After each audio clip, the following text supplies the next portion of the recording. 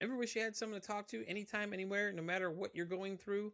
Meet PsychPal, your 24/7 AI companion designed to help you process your thoughts, calm your mind, and keep you moving forward. Chat anytime during a panic attack, on a restless night, or just when you need to vent. Prefer talking instead of typing? Try voice journaling. PsychPal listens, transcribes, and truly understands. You can even upload screenshots of tough conversations, and it'll help you unpack how they made you feel. PsychPal keeps life organized too.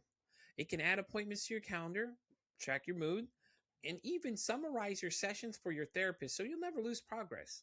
Plus, built in crisis resources are always just one click away. It's a privacy first, constantly evolving, made to complement your professional care, not replace it. Ready to try it out? Head over to the link in this episode and use my code Pete at checkout to get 20% off your first month subscription to PsychPal. PsychPal, because your mind deserves a companion too. That's how you want last time. I don't wanna be normal, they know I will not die. You can try it no more, just so you can kill my time. All the times that I'm sober, still got my pedal through the metal. Told you I'll be immobile, that's how you want last time. I don't wanna be normal, so you can stay inside. That's why they say that you're local, you see this world is mine. I'm not leaving you hope for them time. I'm taking mode, I'm looking, I will show them one more. So that's how you one last time. I don't know what's so hard, can you get it through your mind? Welcome to an exciting episode of Pete for Exciting. Before we get started today, don't forget to go check out my partners over at PsychPal, guys. There's a link in the description of this episode right now. And if you like what you see, hey, man, you know what? I got you. Got to get us a good deal. Enter Pete at checkout for 20% off. I'm such a nice guy. I got you 20% off. So go check it out, guys. And with that being said, my guest today is a psychologist, educator, author who specializes in somatic therapy, trauma, and trauma healing. She's the founder of the Brook Institute, where she teaches therapists, parents, and individuals how early development experience shapes behavior, emotional patterns. Sorry, Blake. Her work focuses on helping people across access and resolve the root cause of anxiety, stress through the body. Please welcome in the one, the only Annie Brook. Annie, how are you doing today? Hey, Pete, it's great to be here. I love chatting and having, conversations that are interesting and give people new ideas of how to help themselves. So, Annie, before we get into the whole conversation, just exactly, why don't you tell people a little more about yourself? I mean, you've been doing this for a long time. Yeah, I never thought I would become a psychologist. I started my life out as a stoneware potter, living in Maine in the backwoods. We built no electricity, we built a log cabin. We were like all this back to the land. I loved it. And then my partner started drinking, and I Oh. didn't know anything about that. And then I started to feel pretty isolated. So I started drinking Kahlua and milk, and that wasn't really that helpful. And at one point I had to realize, oops, you just got to stop this or you're going to go in the big black hole of Mm-hmm. alcohol.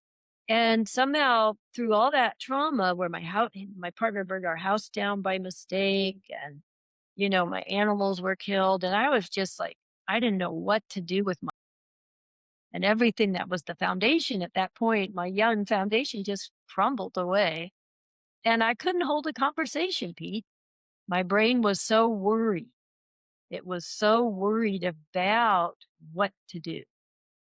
And so I found myself kind of ruminating with worry all the time.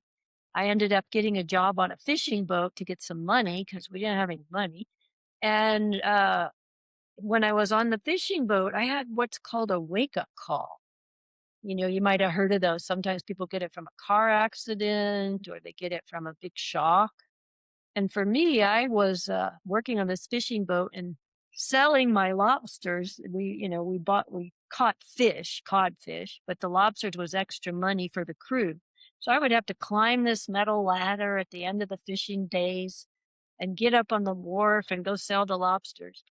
And I got all the way up to the top of the ladder and I was so exhausted with worry and just, it's a lot of work to fish. And I got to the top of the ladder and I just let go. Now that's a crazy thing to do, but I wasn't in my right mind at the time. I was so full of the worry, anxiety Mm-hmm. that I just gave up. And luckily, for whatever reason, I had one of those useful experiences of a near death And I saw it was as if the second I let go, because I didn't scramble, but I just let go, my body sort of started, as it started to fall, it moved just enough sideways in the air so that I was kind of watching. I was being held in this love. So the felt sense of it was, wow, this is happening. There's this love that I'm being held in, and it's so vast that if my body survives, I'll go back. If it doesn't matter.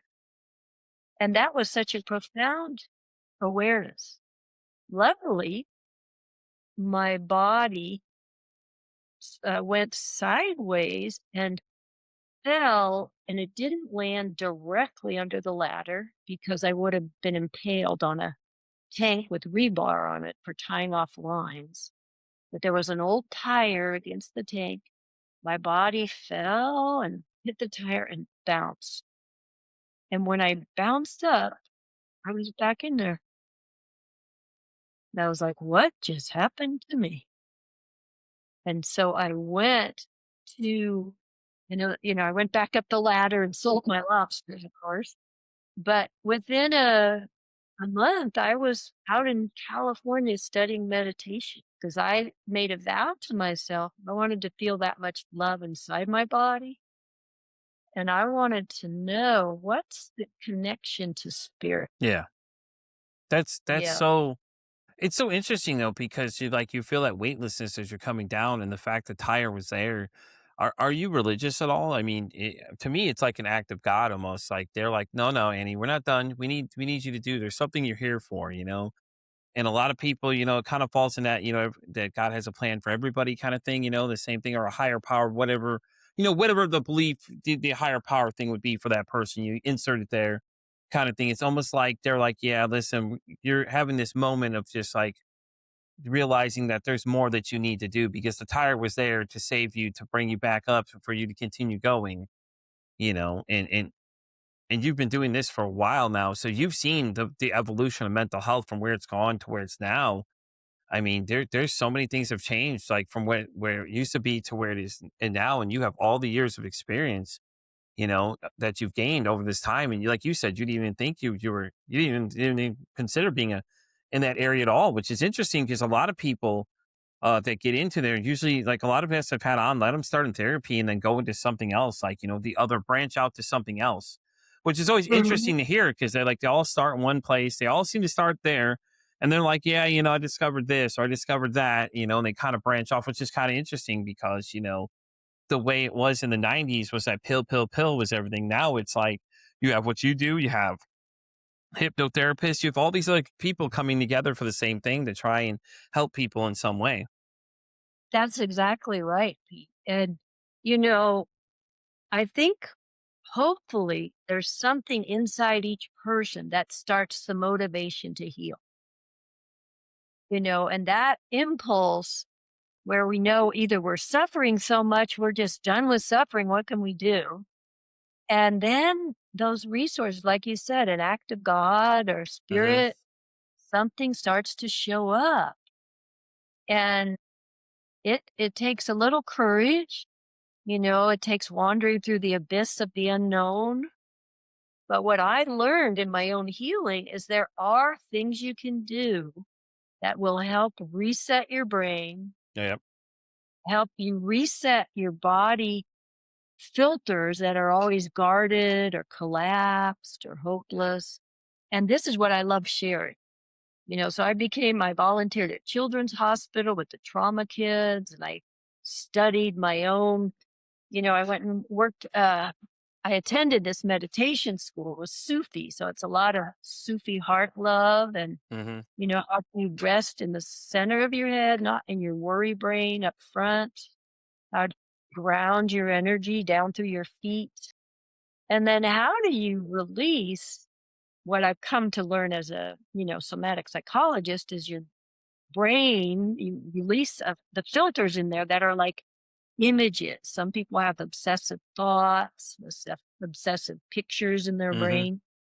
But the Sufis had a method, they were just smart about it, where you just make a little space for yourself, like a hula hoop, and then you put a picture movie out there, a screen, and then you dump all that stuff on the screen, and then you dynamite it.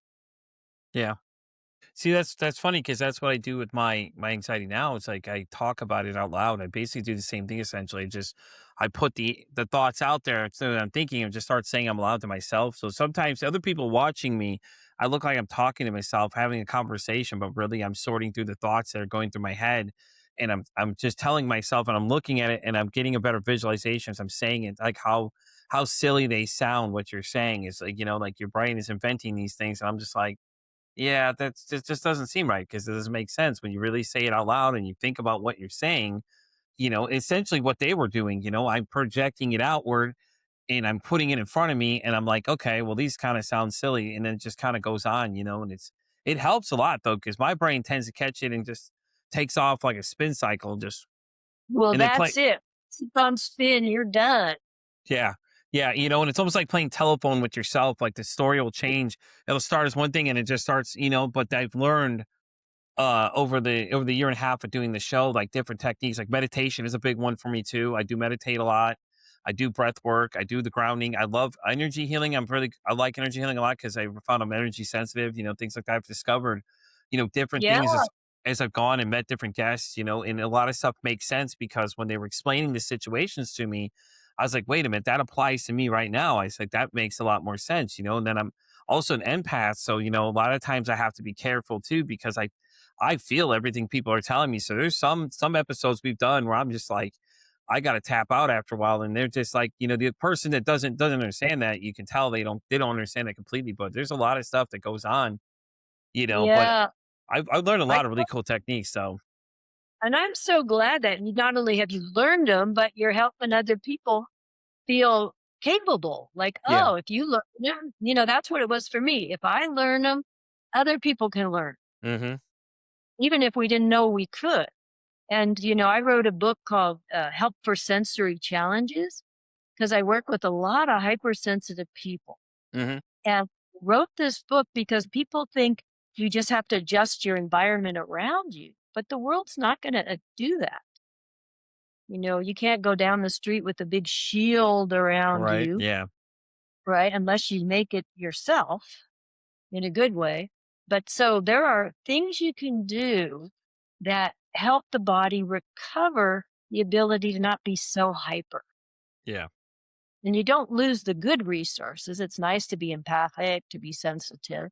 But if you're oversensitive, you're jumping into other people's space in a way. And so one of the things I teach people to do is how do you imagine you got a hula hoop around you? That's your breathing area. That's your space. And if you check in with yourself, if you're on the other side of it, you don't have a place to come back to rest. And our nervous system really is a master at balancing activity and rest. Healthy movement, play, the right amount of stress, and the recovery. That's what we're designed for.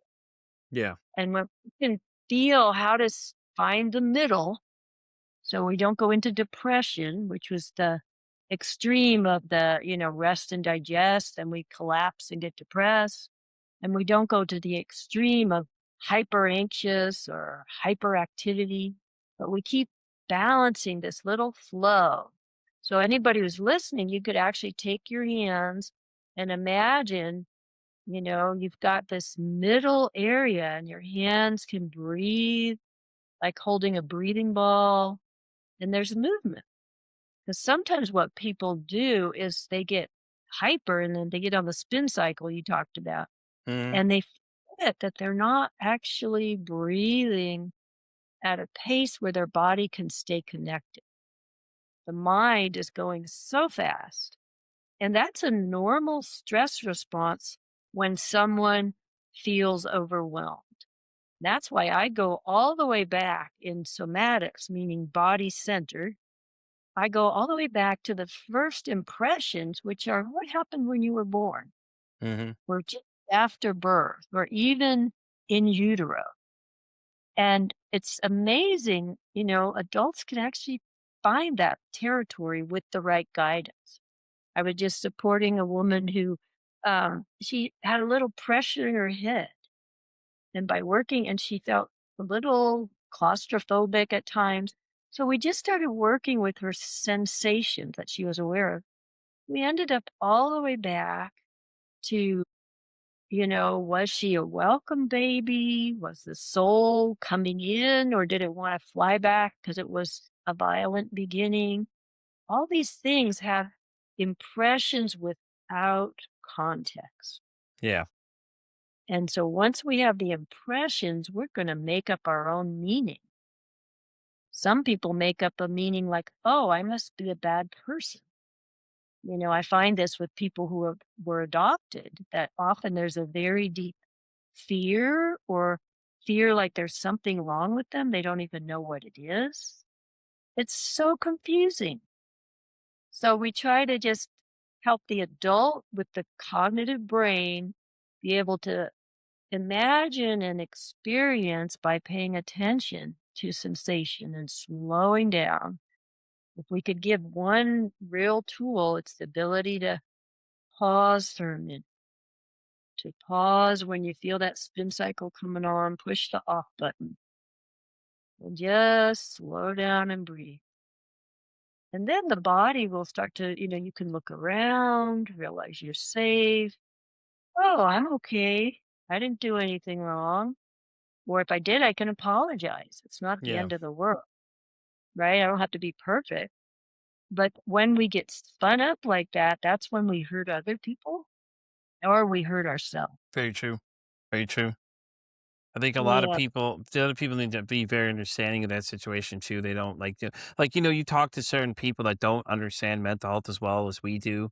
And then you just kind of see like the insensitive they have towards it. It's like maybe if you just took 5 minutes to realize what some of these people go through, and, Uh-huh. you know what I mean? That's all it takes. 5 minutes to understand something, and I think that's where we as humans are tending to forget things. It's just, the Yep. understanding that everybody goes through things. It's not like, and that's the scary part about the internet now is like you have people that go out there and share their stories and the things that come back. And it's just, yeah, it's a scary place because like I grew up before when AOL was the first internet access you had. And it was like before you had to see people directly to say things to them. Now it's like you have endless amounts to say things to people. And it's just, I mean, especially with mental Yeah. health, it gets scary the things people are saying to these people. Oh, you should go to the hospital. You should go get.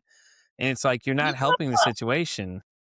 No, you're saying something really, really important, people. And I don't know what we're going to do about it, because it is a tragic overwhelm Hmm. of people thinking they have the answer, wanting to be helpful, but they don't know. They're not, you want to help other people, and some people beat other people up online, Yeah, God, yes, it's brutal. right? It's brutal. So I guess that would be another real strong thing to say. Don't let yourself get all that addictive adrenaline from screen time. Hmm. You know, put your toes in the grass somewhere, Yeah. away from. Or my friend Catherine tells me she goes, "Oh, you hug a tree all the time." Peek outside, Yeah. hug a tree is what she'll text me sometimes. Because I'll text her every so often, check in there, and she lives in Australia, so we're on 2 different time zones. So it's fun when I text her sometimes. She's like, "Pete, what are you doing right now?" I said, "Well, I'm some go outside and hug a tree." That's what she'll always tell me all the time because she's very big into grounding techniques and things like that. So And do you think it makes for you, does it make a difference? yeah, it does. I go outside barefooted a lot of times and re-ground and things like that all the time. She's been my pretty much my spiritual advisor, kind of like that a little bit. She kind of helps me with things, and a lot of the Good. techniques that she's taught me, I've learned from her and other people I've ran into on the show. Breathing. Uh-huh. I do breath work a lot of times too, and things like that. And I teach other people things too. Like all these things I'm learning, I take them with me and show them to other people and tell them, hey, listen, have you tried these things before? Have you tried That's this? good. And I just suggest, I'm just like, hey, listen, have you tried it? I mean, it's nothing like I'm not telling them any professional advice. I'm just like, hey, listen, these are some techniques I learned. Maybe you want to try them, see if this is what I use them for myself. Maybe try them and see if they work for you. If it comes to they need somebody like that, I've got a whole Rolodex of guests I've had on the show. I've reached out to, in fact, one of them before and ask them for some help about something. Hey, listen, I've got something that may fall in your area. Do you know somebody that, if this is not your spot, do you know somebody, things like that. So it's been great having That's the access to all true. these tools that guests like yourself like give us, and things that we can use later on. I can give out to other people and share with them, and they can listen to these episodes and hear these things, and come meet people like yourself and see what you're doing, and find, okay, well, Yeah. maybe Annie's doing something I like, let me go check out what she's up to. Well, that's it. When we can keep spreading the tools and people practice them and try them out. I Hmm. have something, Clear Your Head Toolkit, and it's just a free thing people can download, but it gives you Nice. practices that really stop the obsessive thinking. They stop the self attack. Yeah. And it was one of the things I learned so long ago in my Sufi practices. And I just made it into a 1-minute video on my Instagram, and it went viral. It's like 160 people were doing blink blink to clear their brain. And why not? Yeah. If we can share those tools, so anybody who wants it, it's called Clear Your Head Toolkit, called Blink Blink, and they can find it on my Instagram. Yeah, I'll definitely grab it from your Instagram and post and get it on mine as well for them, and I'll link up with Annie for sure, and make sure we get that video posted everywhere. And I'll probably seal it and put it on my TikTok and give you credit, obviously, for it, because I like to take videos from Instagram and think I'll take them and I'll put them out on other platforms so other people that are on, because everybody has their platform they want to be on. So I try to be everywhere. So I Well, have that.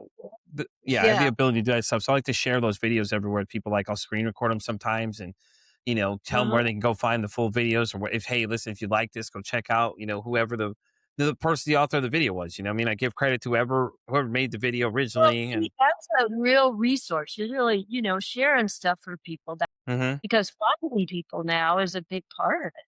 I've been doing this work. I had my own healing journey in my 20s, but I've been learning and growing and dealing with life.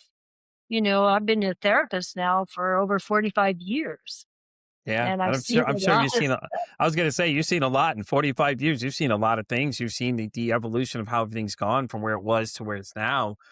You know, and yeah. and it's ever changing, which is great to see that there's more options out there for people, so they don't feel like they don't have an option anymore, and things like 98 exist and all these other places that are really great, and, stuff like that that really help out, help you guys, Mhm. in the load that you guys have, because you can't be available 24/7 to help people. But with 988, Well, it's that's why we gotta share our tools.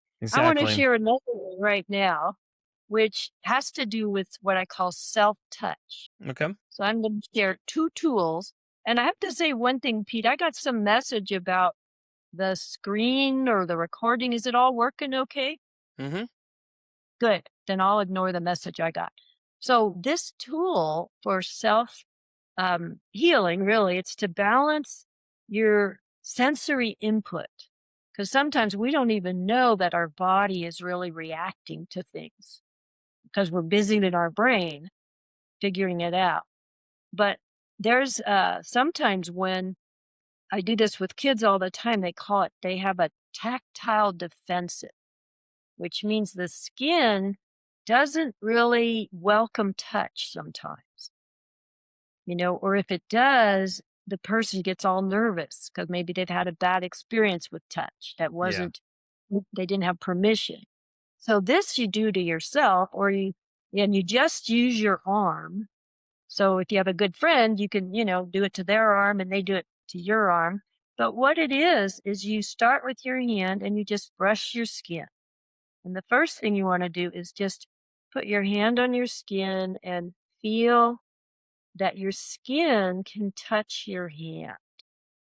So it's not just your hand touching your arm, but your arm can touch your hand. And that gives someone a little more control with touch, that they're part of the conversation.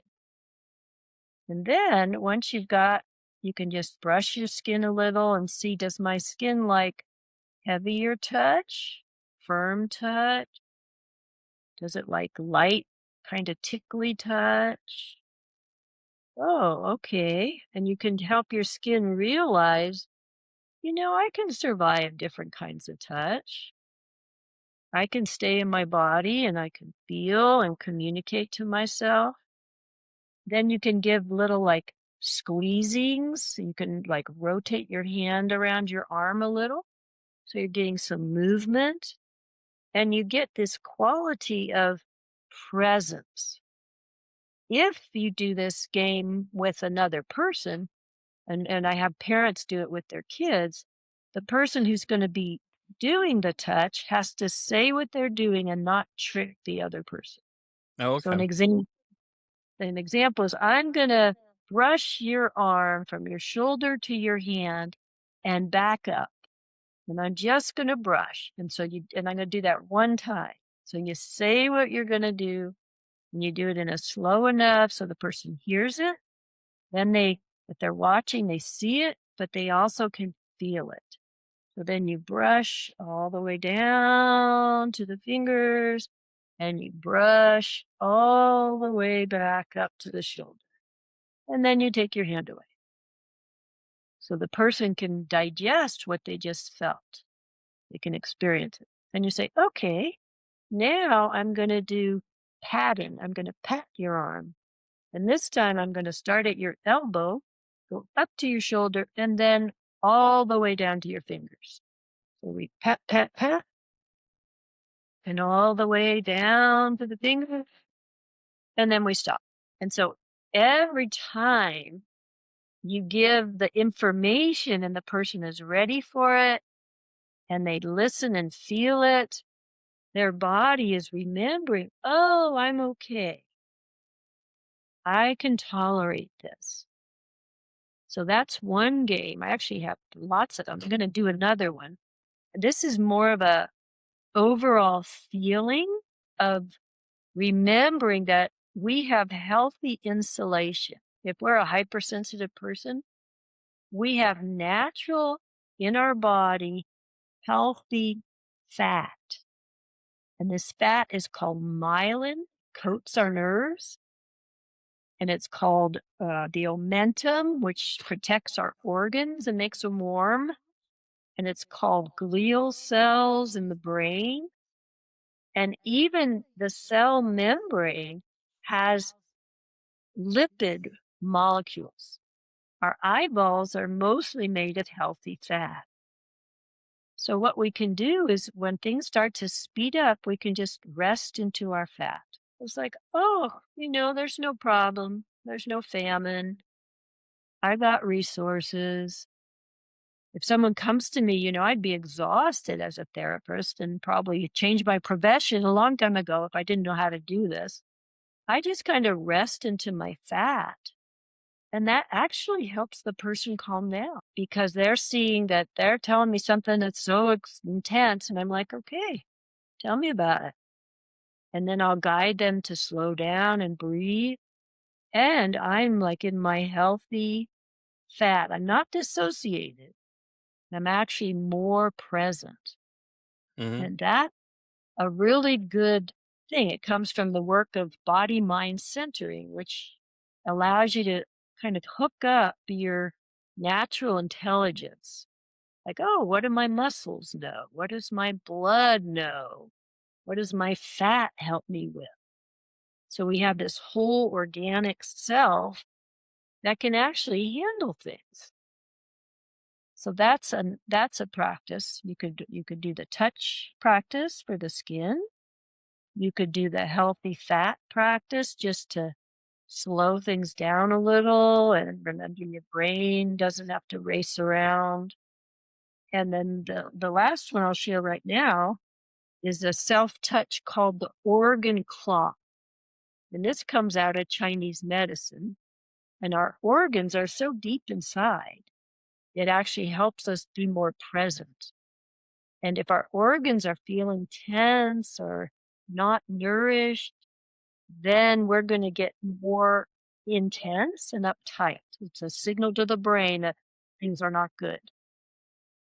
So I'm going to have everyone hold their liver on the right side. Just take a little self touch. Yeah, I like your breathing there, Pete. Got your breath going. So there's that self touch. And then think about the healthy liver is all about power and growth. And so it's got energy that has to go in a circle all the way through the organs back to itself. So it's going to send the food, the chi, the blood up to the heart. It's like the liver is the mother of the heart. So the heart has to go to receive energy, take it in, and then the heart has to send it over to the spleen, which is on your left, under your ribs. So the liver feeds the heart. We can rub our heart a little. And then the heart is going to feed the spleen, which is under your ribs on the left side. You're going to rub there and make sure your spleen is for blood storage and it helps the immune system. So then we got our spleen nice and happy. Because if the spleen is unhappy, you're going to worry. Every organ, if it's stressed out, has an emotional, not so useful. If it's happy, the spleen is all about being balanced. The heart, when it's stressed out, is anxiety. Mm-hmm. Yeah, but when the heart is happy, it's like generous. Oh yeah. It's got, yeah. And so then we come down to our spleen, and our spleen is going to feed our lungs. So now you can touch your lungs with the side and the back and the front. It's all your whole big lung. Yeah. And your lungs are really about that joy, that lightness. And if their lungs are not happy, they're going to be stuck in grief. So it's really important that we keep filling them up. And if you've had a big loss, I know my husband died suddenly, my dad died when I was little. I've had some big losses. So we want to Yeah. deal with that grief and get those lungs happy. And then the lungs, they feed the kidney. And the kidneys, according to the Chinese medicine, they hold our life force, what they call kidney jing. And we want them nice and happy. And they are surrounded by healthy fat, which actually helps them a lot. But the adrenals sit right on top of them. So some people under stress will jump into their adrenals and forget to stay a little deeper with the support of the kidneys. Kidneys, when they're happy, they have the awe and wonder experience. That's why when you hug a tree, it's like, oh, I feel, the miracle right now of connection and relationship. And when the kidneys are not happy, they're not fed by the lungs, then we are afraid. So you can think of it, if I hold my breath, my body's going to get afraid. I need to feed that energy from the lungs to the kidneys. And then the kidneys, they're happy. So they send the energy back to the liver. And now it's come all the way around that liver. If the liver's not happy, it's all angry and cranky. But if the kidneys are feeding the liver, there's our healthy power and growth. We're in our body, we're powerful. We don't have to use our ego to pretend to be powerful. We're just there. This is the beauty of the ability to find the right tools that work for you. Exactly. Yeah. And so I love sharing what I've found and being able to bring those together. And I want to say I also have an offering for therapists, which is called the Therapist Masterclass, and it's totally free. So I'll send you that link too if people Definitely. are trying to help others. Yeah. So shall I tell you a few stories about what I've discovered working with children? I think you should. I think it's very interesting what you find out working with children, honestly. Okay. What I found is that children actually remember what happened to them when they were being born. And it's an interesting thing. Adults remember too, they just don't know they remember.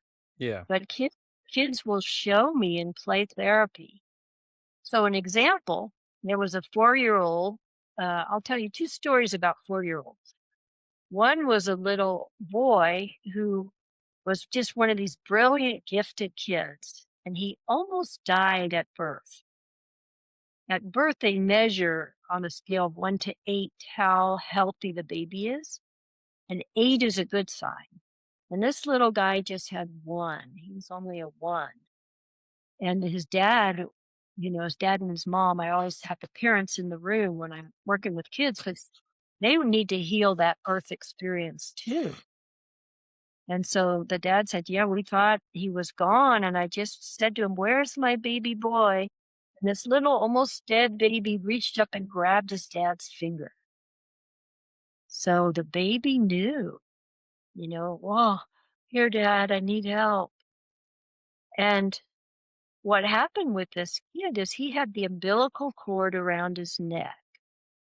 And so every time mom had a big contraction to help him come out, he was being pulled backwards. And he didn't know it, and mom didn't know it. And so what happened for this kid, once he went to public school at 4, he went to, little kindergarten, kids were always too close to him. He had this hypersensitivity, he couldn't rest in the lunch line. He had to wear a weighted vest to calm himself down.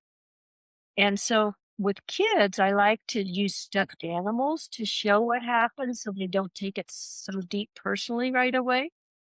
And so I'll take a stuffed animal, I'll put it under my shirt, and I'll say, "Oh, there's a baby in here. Come help."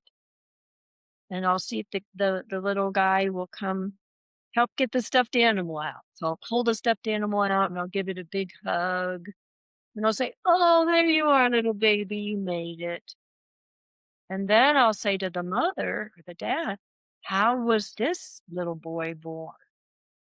And so now the kid is like thinking about, "Oh, babies come out, go to their mom. I hope so." And then he hears the story of when he was born, the umbilical cord was wrapped around his neck. And so now we're giving context to something when it happened, his brain had no ability for context. All it had was the life-threatening situation, being trapped, can't get out. And so this little kid, then I showed him because I have a baby doll which has the umbilical cord, and Mhm. I showed the baby doll with the cord around the neck, and I said, "Oh, you need help." And then I took it off, and then I held the baby, and he just loved that.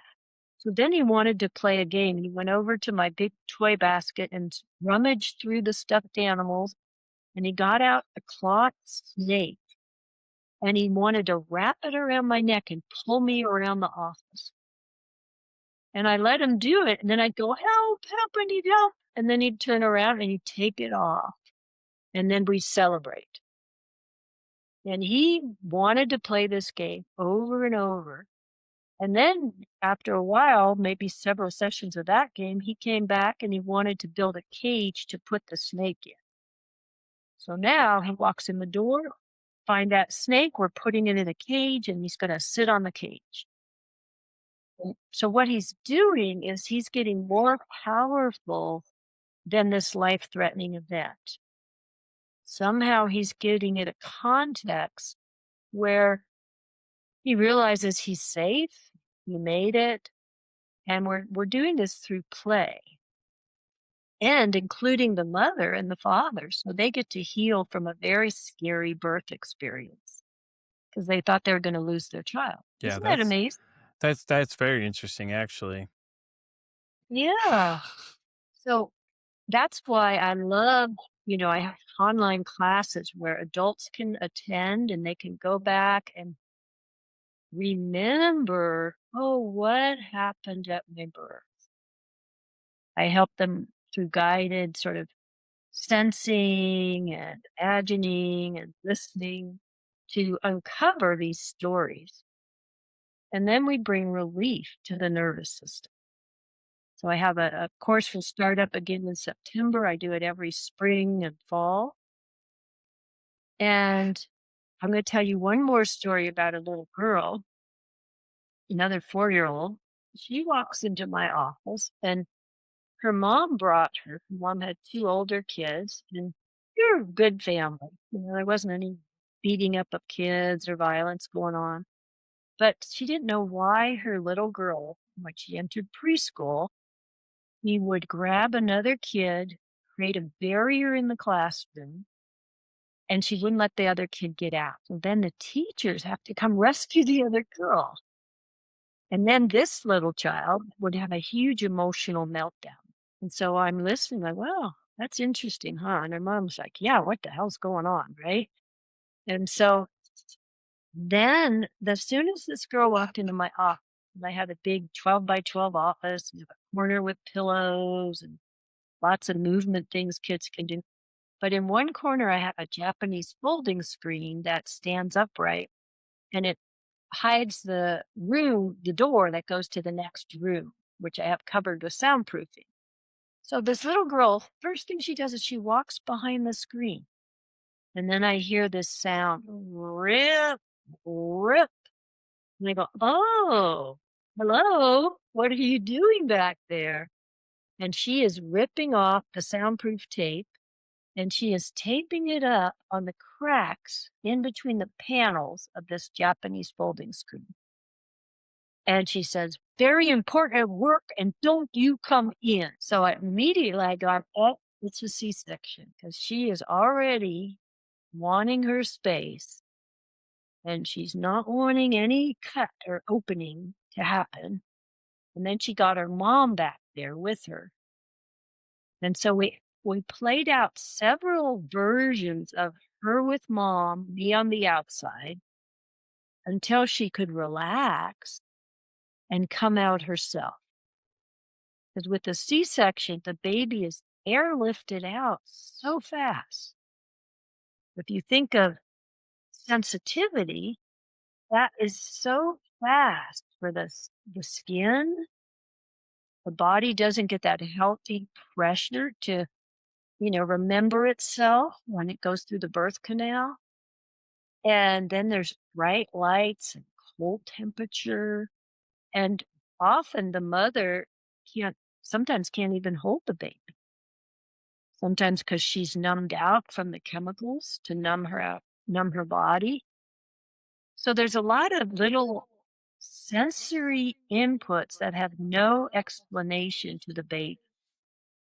Like, why did my mom stop moving her legs when every time before that every movement she made, I could feel it. Now all I feel is this sort of dead thing. Why? And that's the first alarm bell. When the mother gets numb, then there's the incision and it's so rapid. And so I think babies actually try to hold on to their mother, but they can't use their hands. But, they're bracing in their body in order to not be pulled away. And then they get pulled away anyway because we do want a live baby. And so that's the paradox of a C-section is often it's needed for a live baby. And my wish is we would just help parents and children recover. And that's what happened for this little girl. Eventually, she was finished with the whole story in a really healthy, integrated way.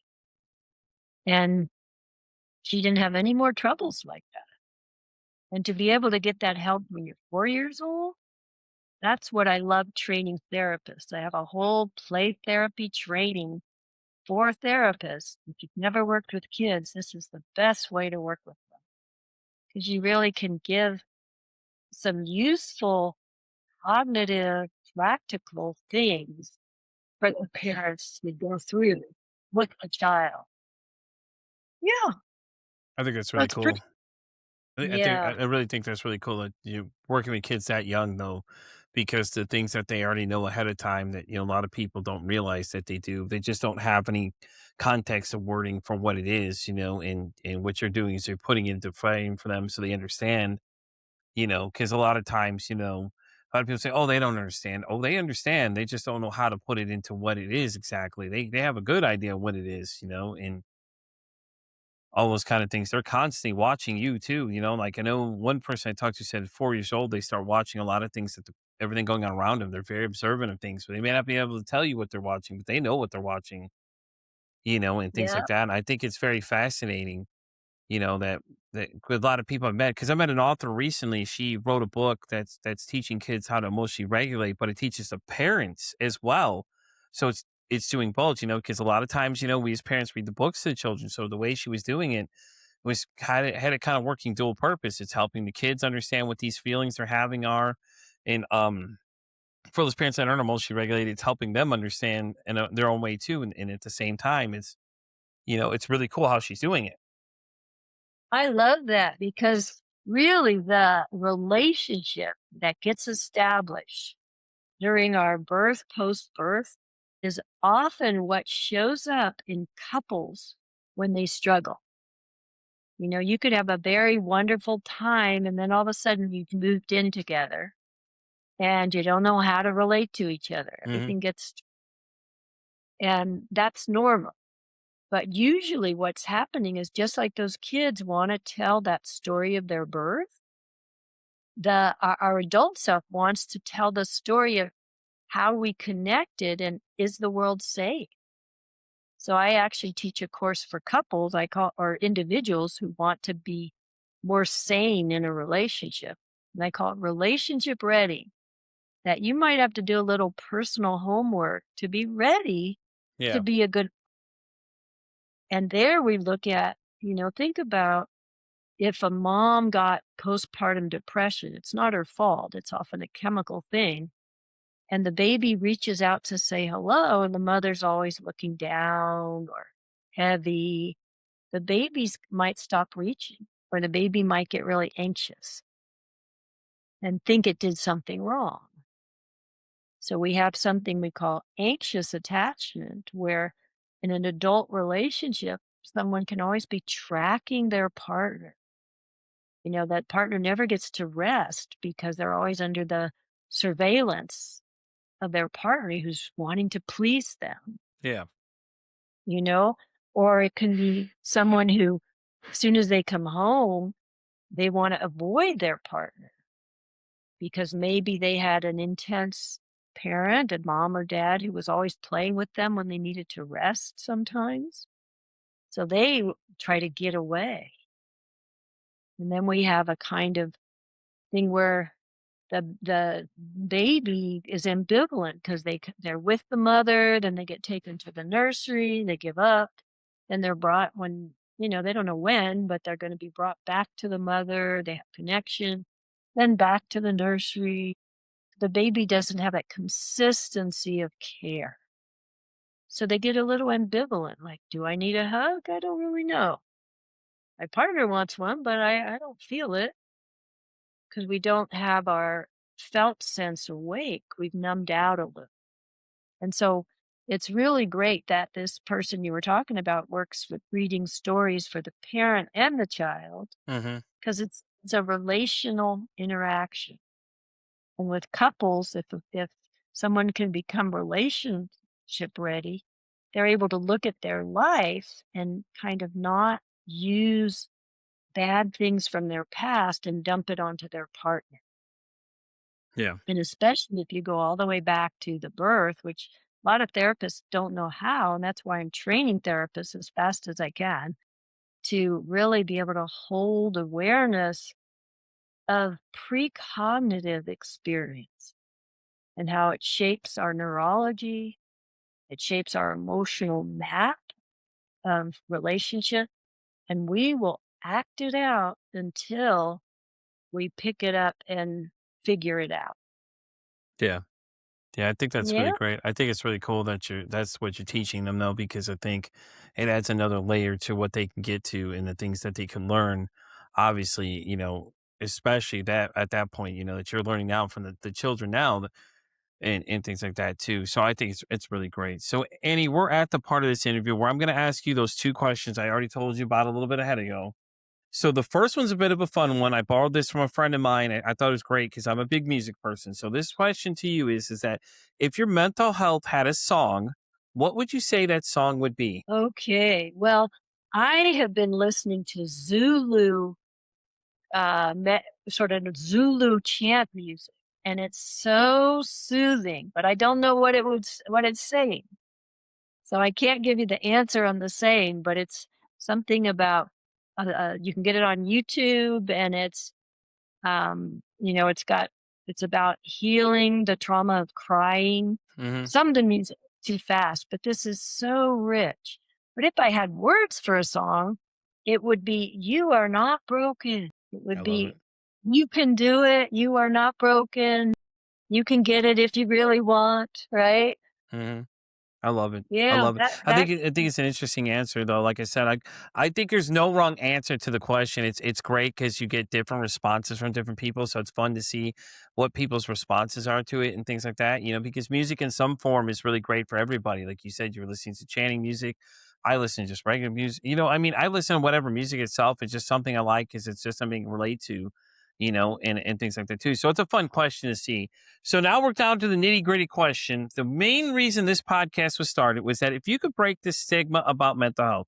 Now, what I'm asking you is that if there's something out there that you just want people to stop believing in your 45 years, is there something that you just keep hearing people saying that you're like, hey, can you please just stop listening to this? I would say for anyone helping in the mental health profession, listen for the hidden story.